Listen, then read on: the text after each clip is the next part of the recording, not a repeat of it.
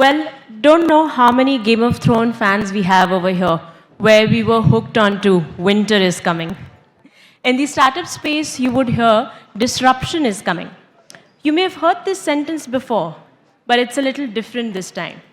This is not just about a cool new gadget or a single breakthrough. This is about traditional industries being disrupted, changed, and reshaped as technology evolves and borders disappear. Our next session focuses exactly on that value creation in core industries. Please welcome our panelists, Mr. Pratyush Halen, founder of Fingpay, Mr. Bhuvan Rustagi, founder of Lendbox, Mr. Sanjeev Chandak, founder of FTCash, and Mr. Gaurav Perti, founder of PurpleTutor. The session will be moderated by Tej. Tej, can we have you? Yeah. Over to you, Tej.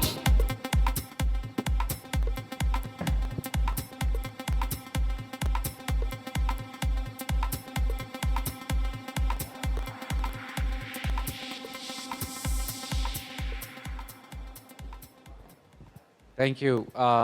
So we're going from deep tech to fintech. But I think somehow these two industries are really related, right? And good to have you all. First, I would like to start, if you can give 2 minutes introduction of your company. Thanks, Tej. So I am Gaurav from PurpleTutor. PurpleTutor is a AI-led live class platform. Essentially, what we are doing is, all of you know that typically adaptive learning exists, but it's in self-learning platforms. We are one of the first companies in the world where we have married AI in live classes. Essentially, what our motto is to make every teacher a super teacher. So all of us had great teachers in schools, in graduate schools and after that, but there were a handful of teachers that were great. Our attempt is to make every teacher a great teacher. And how do we do that? We try to take real-time inputs of the student, real-time, and pump this back to the teacher real-time in decision-making. A very simple example could be, if a student is weak in communication, the teacher will be told, spend more time explaining the concept, rather than the one-size-fits-all approach of every student gets the same explanation, the same example. So we are an AI-led platform that gives real-time inputs to teachers in real time. Yeah, hi, good afternoon. I'm Sanjeev Chandak, co-founder at FTCash. So FTCash is a small business lender. So we lend to small neighborhood mom and pop retailers like your Kirana stores, garment stores, etc. So we provide them with working capital loans. And lending to this segment, which is essentially a subprime segment, is a collection business. So you have to make sure your risk is right.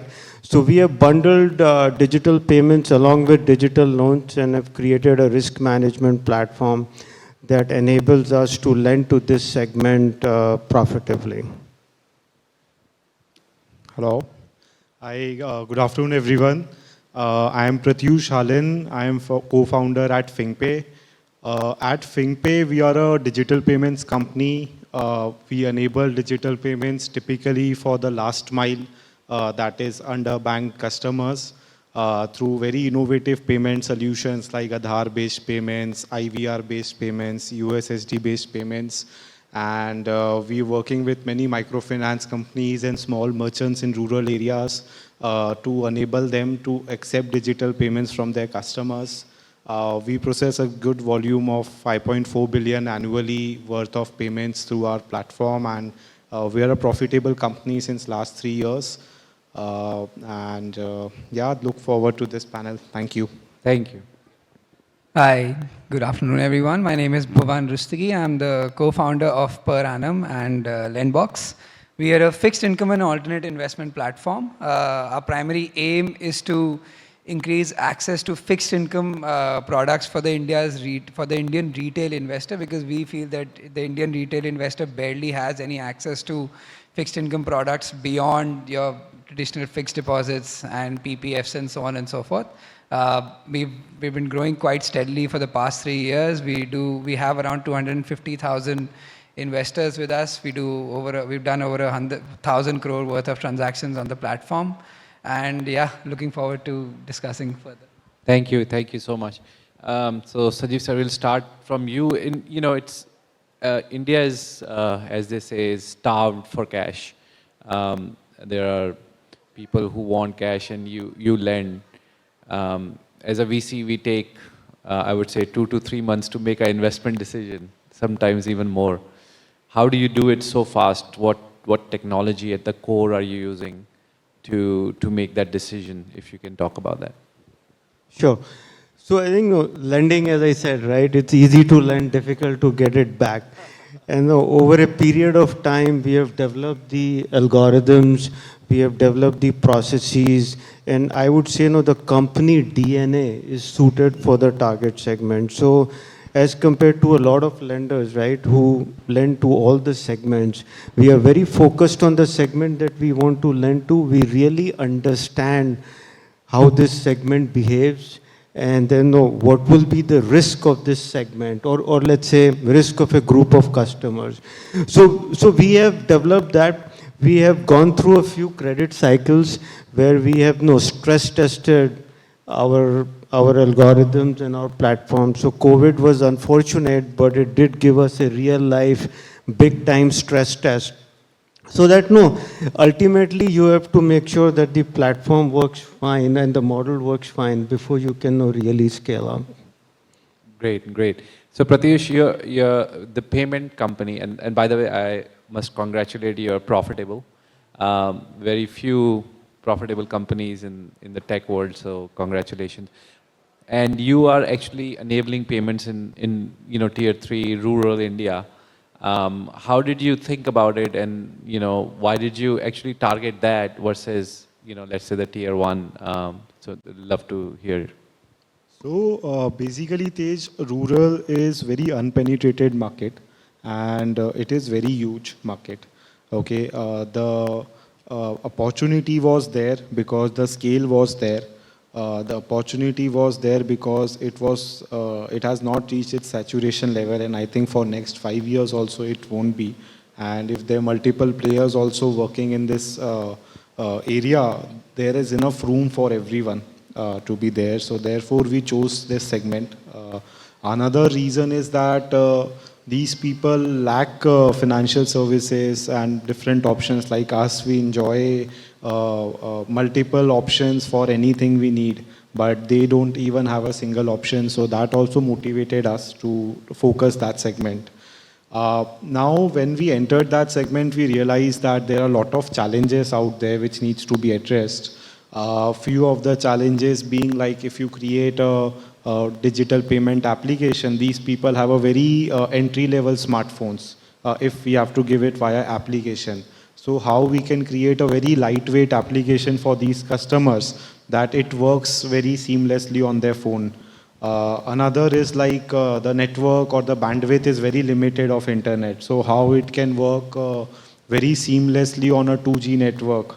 And then the transaction success ratio, how we can work on that. That money is not stuck in a payment gateway. So these kinds of things we actually addressed and we worked on initial 2-3 years, and that's what led us here with while we are processing huge volumes, and that too with profitability. So these USPs of ours helped us with that. And we have recently launched a new product called UPI 123, which is like a payment on a IVR call. So basically it's like your lender, let's take an example of FTCash. So they have a collection of 5,000 rupees from one of their customers. So it's an automated call to their customer ki, hi Tej, we are calling from FTCash and you have a due amount of 5,000 rupees. You can pay it now using UPI on this call itself. So just enter your UPI PIN and the payment is done in real time. So that's how it works. So we are actually hoping that would gonna be a good breakthrough because it works on feature phones, it works on smartphones. Like there is no constraint out there, and people in rural have Jan Dhan accounts which they are already using, and UPI registration is also simple on the same app. So that's what we are working towards next in terms of innovation. But that's a whole and thought of why we chose rural and how we are here. And that's really, really amazing, innovative product because people understand voice way better than typing, and especially when you get to rural. So that's amazing. So switching to Bhuvan, you are catering to the other side. People who have made money, you want to make them more money.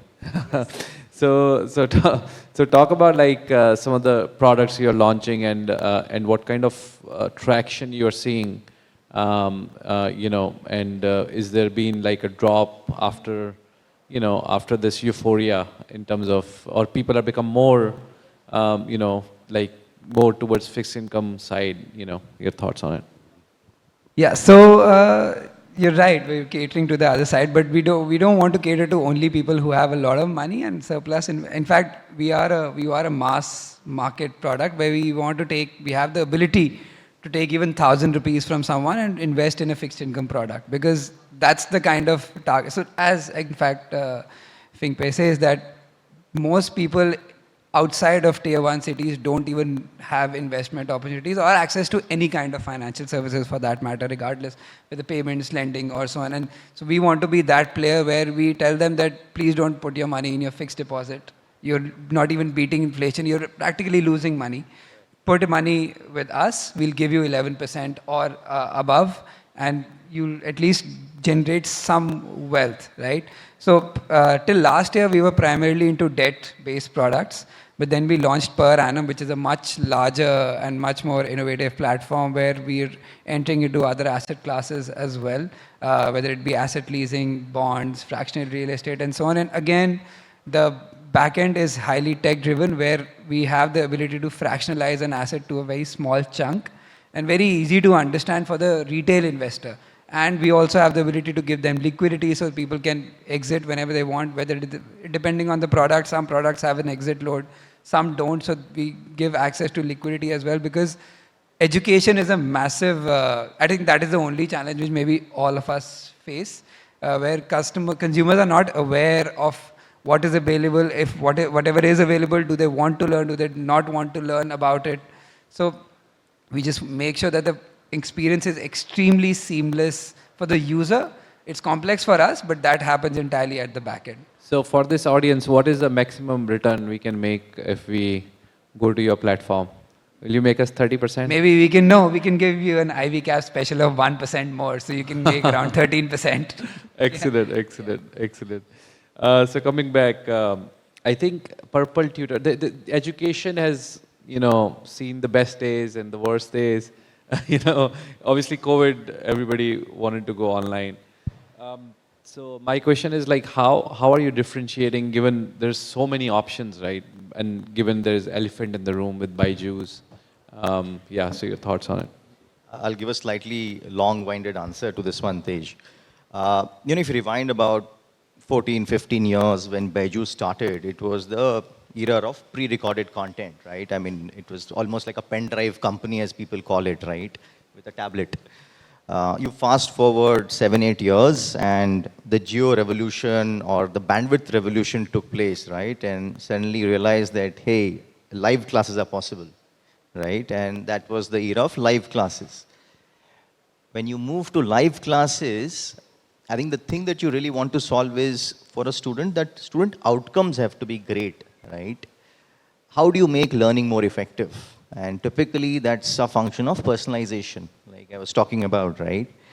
And that's the holy grail problem you want to solve in live classes. Personalization.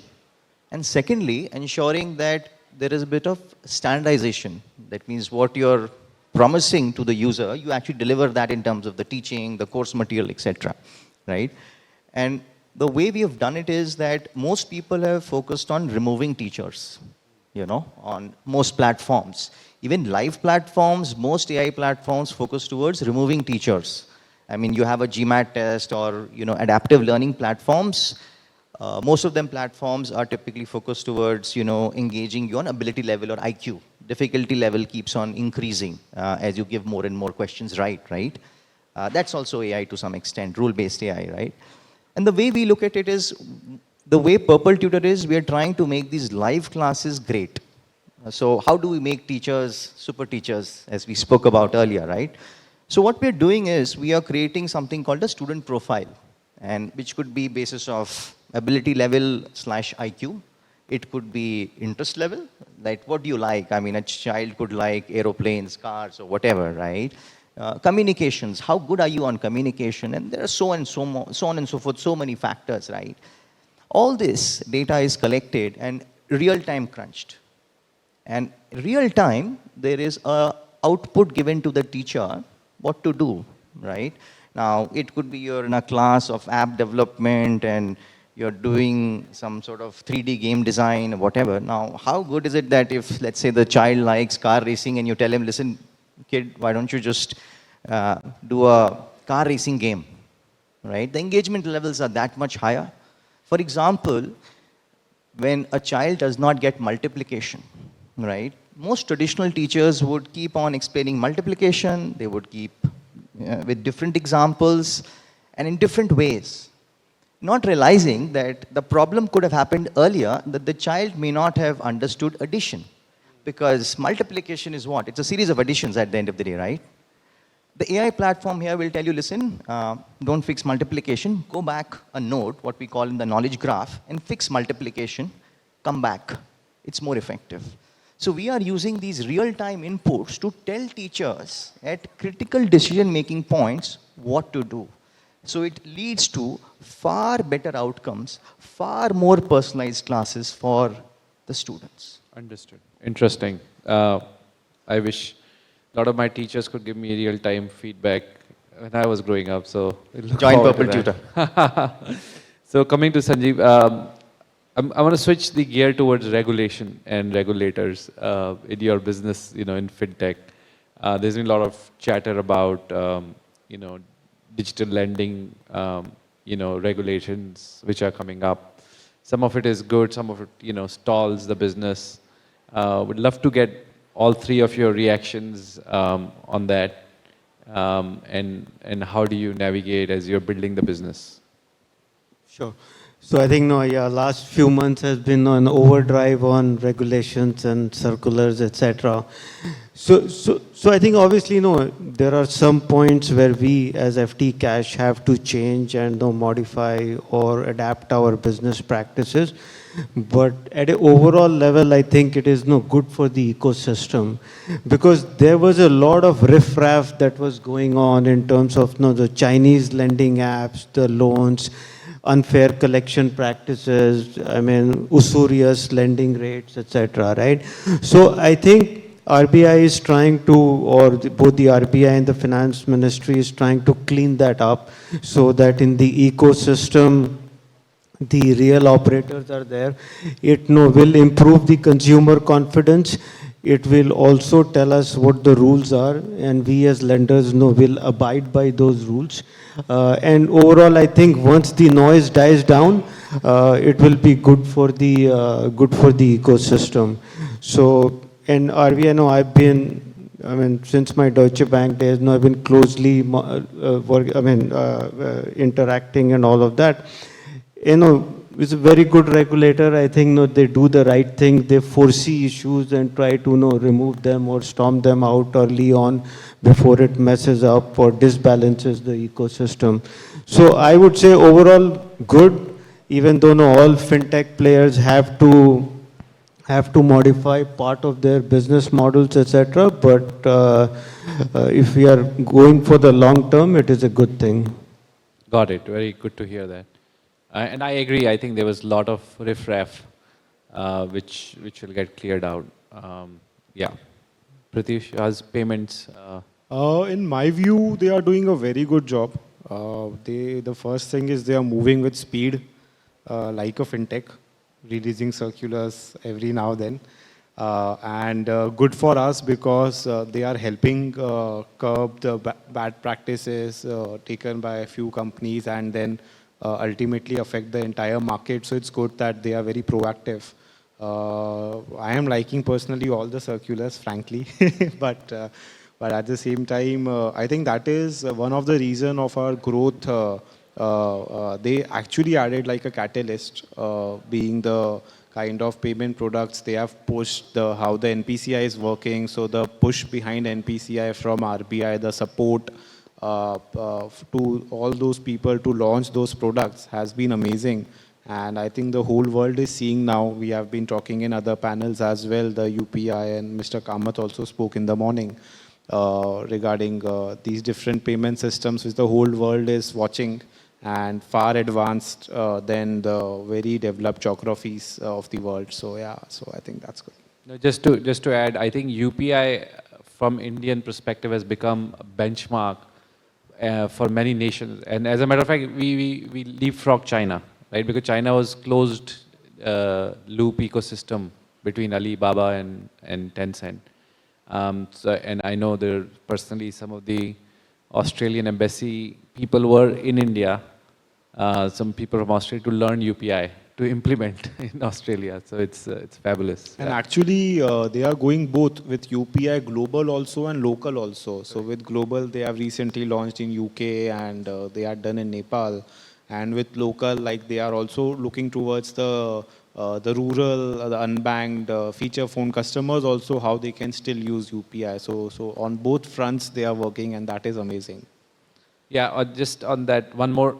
I was with my friend from the US, and I used the QR code to make payment. He was blown away. He's like, how did you just do this? So it's amazing. Yeah. Your thoughts on regulator? Yeah, so RBI is considered to be, like, it's given a bad name because, like Sandeep said, last few months have been just a explosion of regulation. But I think overall regulation is a good thing. Although for startups like ours, we always feel that it's restricting, they're restricting us and so on. But RBI looks at a much long-term vision, and their main aim is to avoid systemic risk. Right. So, for example, in our case, we grew like from 5 crore a month to around 100 crore a month worth of investments. We have from 10,000 investors in 2 years to like now 250,000 investors.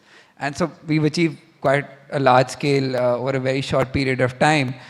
Even though like on a overall scale, we're not that big, but I think what RBI does is, in India especially, it has been extremely proactive in a lot of cases. In some cases, maybe not, but in most cases, RBI has been extremely proactive to try and avoid systemic risk in advance. Right? Like, for example, in China, because we were doing P2P investments, the regulation came about when it was a more than $100 billion industry. It was way too late, and then suddenly everything crashed.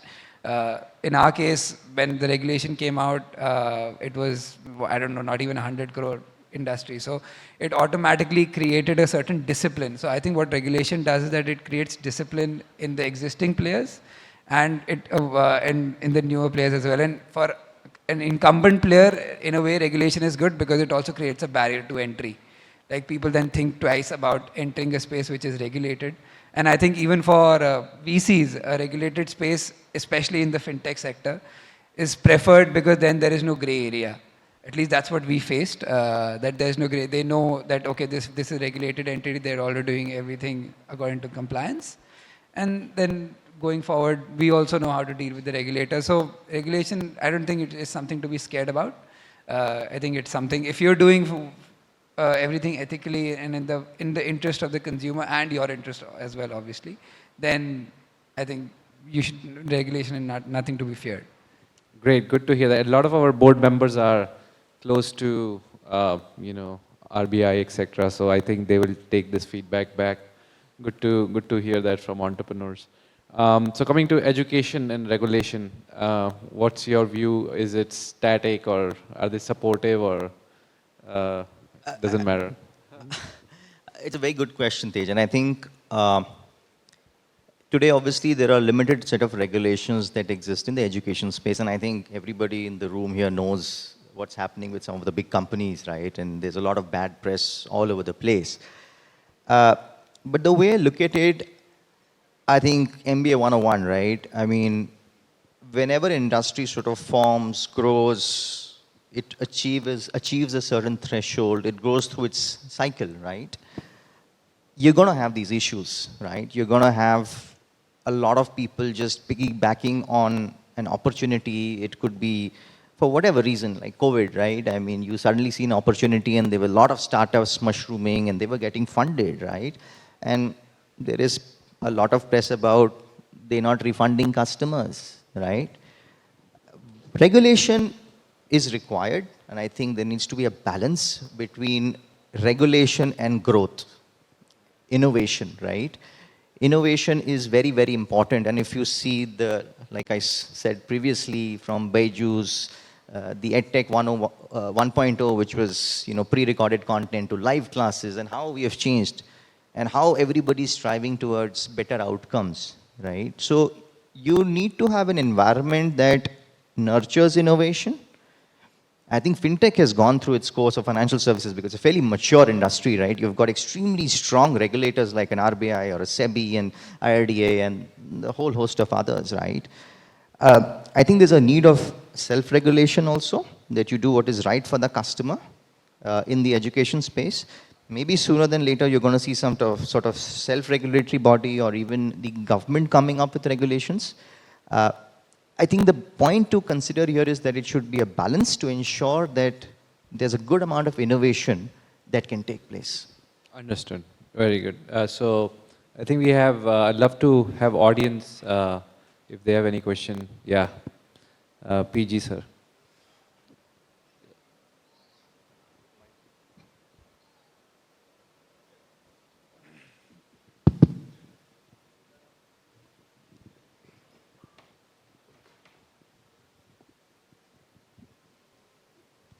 So Pratyush, the question was actually for you. All right.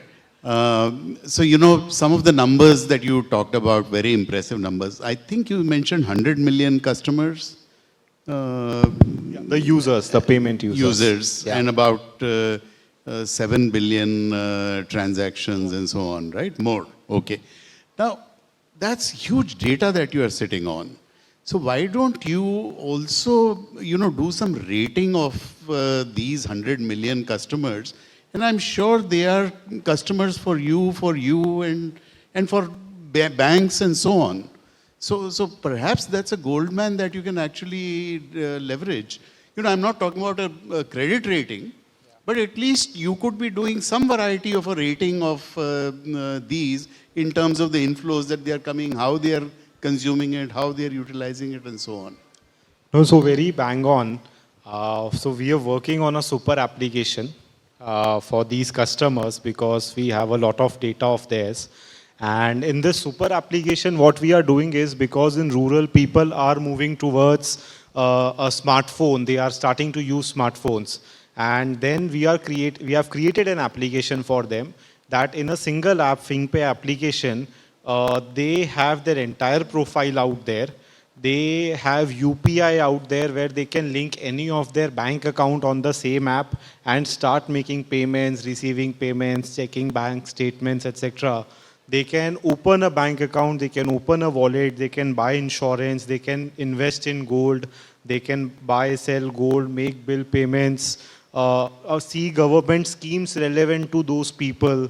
So all of that, that's why we're calling it a super app, that in a single app, they will be able to do host of financial services.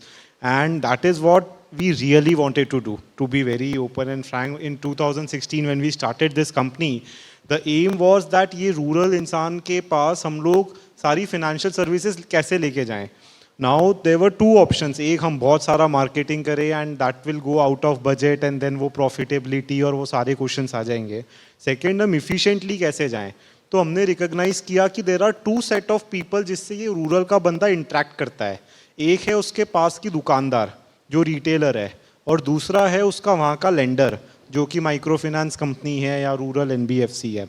So we started working with both of them. तो हमने micro finance को enable किया कि आप आपके customer से digitally payments लो, उनके LMS से इंटीग्रेट कर दिया, एंड टू एंड की रिकॉन ऑनबोर्डिंग सब कुछ सिंप्लीफाइड हो जाए. And they started making payments through Aadhaar, through UPI and all of those.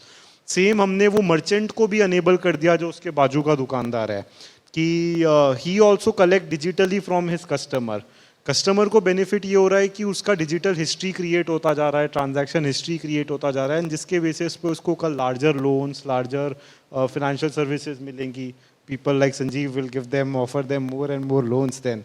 So that's what we wanted to achieve. And now we are at that stage where we are across 11 lakh retailers in India, out of which 4.5 lakhs are active, using daily, monthly active numbers. And more than 48 enterprise customers like MFIs are using our system, and we are processing this volume with profitability. And now we want to reach that end customer through these channels. So these will act like a vehicle for us to reach there, and that too in a profitable manner. So that's what the entire we planning. Yeah, I think there's a lot of, between you guys also, a lot of data sharing that could happen. Great. Any other question over there in the back? Check. Yeah, hi Sanjeev, this is Anand here. Question to you, what's your AUM, ROE, and what were your peak delinquencies during the COVID in the mom and pop lending business that you have? And are you looking for a funding?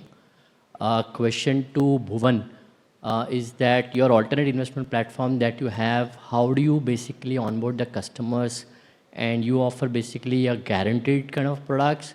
And if yes, how do you ensure that guarantee come through, and what kind of investments basically that you make? And again, you are also looking for a funding offer. Yes. Hi. So we are now managing the loan book of around 300 crores. I think that's the AUM. In terms of, I think your second question was ROE. We are working towards profitability. So we are not profitable yet, but no, in a few months, no, we'll hit that point. Our loans are all unit economics positive, right? So as I said, we have seen through multiple credit cycles, both good cycles and bad cycles, and then we want to make sure we make money even in a bad cycle. So we have seen that, tested it in real time, and that's where we are.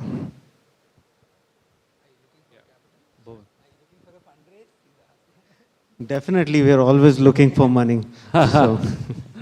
Yeah. Yeah, so our channel of acquisition for customers is two-pronged. We have a very strong digital channel as well. Actually, three-pronged, I would say. One is obviously our digital channel, which is Google, SEO, Facebook, and so on and so forth, which contributes to around 35–40% of our users. Then a massive channel is users referring other users. So around 20–25% of our investors come from, are referred by other investors. And then there is an offline or an indirect channel, which gives us a certain high value clients, which will invest anywhere from 5 lakh and above.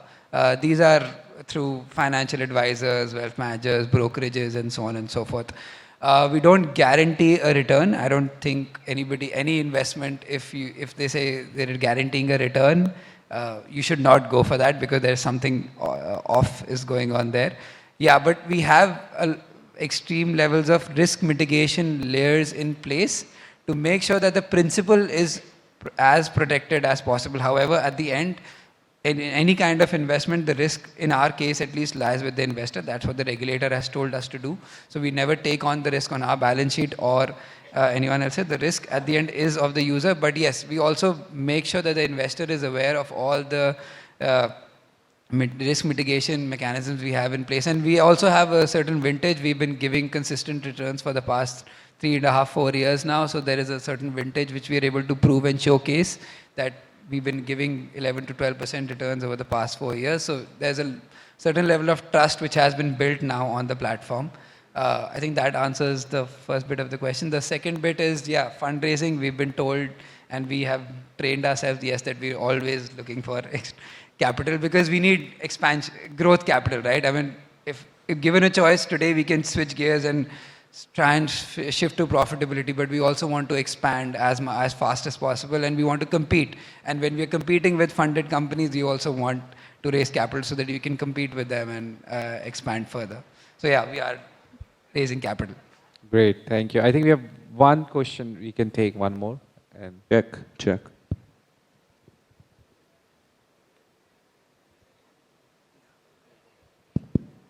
Hi, good afternoon, everyone. This is I'm Sameer Agarwal here. I'm co-founder of an Edu Fintech company by name of Neve Credit.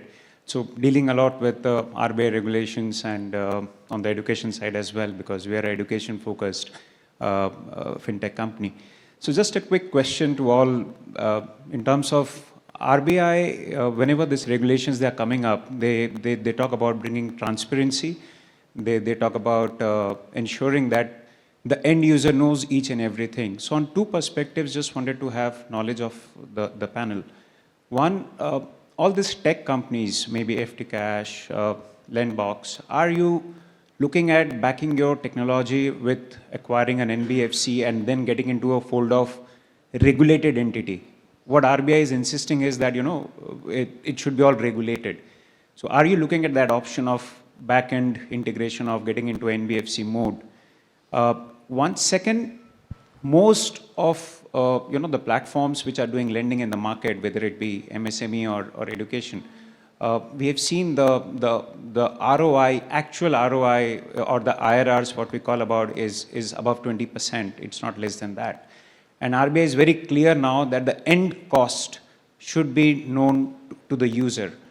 Are you going ahead and disclosing that end cost to the customer? So, I'll answer it first. So we are a regulated entity actually. So we are an NBFC. It's a separate kind of NBFC. It's not the traditional deposit, non-deposit taking NBFC. It's an NBFC P2P. That is one of our companies holds that license, and we've been using that. That is so to answer your first question. So we are already, and so then other companies work with us.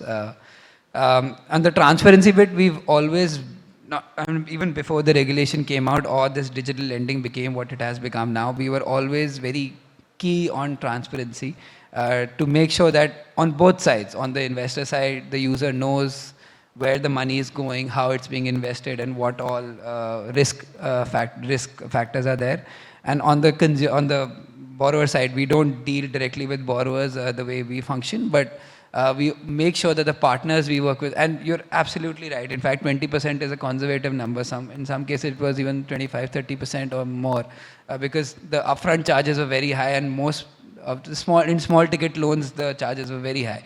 So and in most cases, a lot of times users didn't even know where the loan is coming from, and they would just see it on the credit report at some point, maybe taking a home loan or something, and they would not get it. So you're absolutely right that was an industry problem and still exists today. We started dealing with this problem around 2.5 years ago already, because we realized that a lot of users did not know where the loan was coming from. They were not able to sign the agreements. We started realizing these issues when we started working with some digital lending apps at how they're functioning. So, and being a regulated entity, it was very important for us to make sure that if tomorrow RBI asks us, RBI will not pull up the lending entities lending apps because they are not regulated. They will pull up the regulated entity. So we wanted to make sure that everything is above board. So whichever app we were working with, we made sure that the end user knows, so they would get a message, they would get an alert that this is what you'll see on your CIBIL, you're borrowing from this company, please sign this, these are the charges and so on. And this thing, so RBI has been doing this digital lending exercise for the past 2.5 years. There was a case of Chinese lending app in Hyderabad since before that. So they informed us much in advance that this is what their expectation is, that the end user and borrower should know what all charges they are paying. So we made sure that the end borrower knows in the agreement or whichever partner we are working with that you need to give an alert. And then even on a call, we would tell the user, even if it's a 10,000 rupee loan, this is what your cost is. The problem is a lot of people still didn't understand what exactly they are paying. But on an overall scale, I understand where RBI is coming from. But the population which is paying that much, most of the times they don't care unless and until they really become cash strapped. Got it. Thank you, Bhuvan. Sanjeev, if you want to add something very quickly, and then we'll wrap it up. Just to add, we are also a regulated entity. We have an NBFC license of our own, and we also disclose all charges upfront. I still remember early on when we were doing payments, digital payments, pre-demonetization, there was this one customer from IIT Bombay who said, "आप तो बोले थे पर 12 पैसा कम आया." So no, we have a proper reconciliation and a proper messaging so that whatever we disclose upfront, we only charge that. Thank you. So at IvyCap, we are in habit of creating dragons, and I hope we can create more from our panel here. Thank you very much for your time and big round of applause for them. Thank you. Thank you. Hello. Thank you so much, panelists, for sharing your insights. It was really interesting and nice to hear our entrepreneurs speak highly about regulations. Time for group photograph. Can we also have the token of appreciation for our panelists, please?